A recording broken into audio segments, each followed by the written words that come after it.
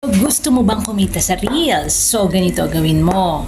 Mag-upload ka ng original at engaging video mo.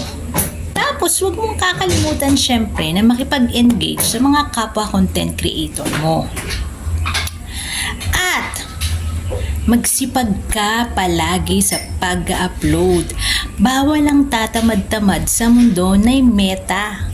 Kailangan lagi kang nag-upload ng video sa Reels, long form video, mag-post ka sa iyong newsfeed, sa your story mo, para lagi kang visible sa Facebook account mo.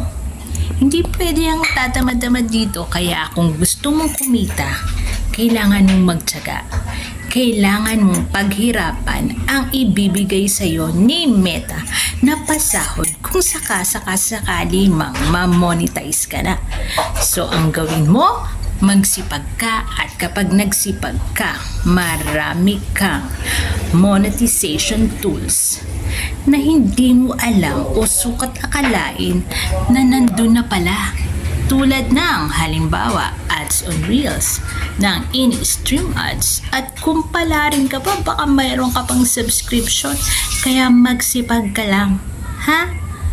Kayang-kaya natin yan, so go, go, go!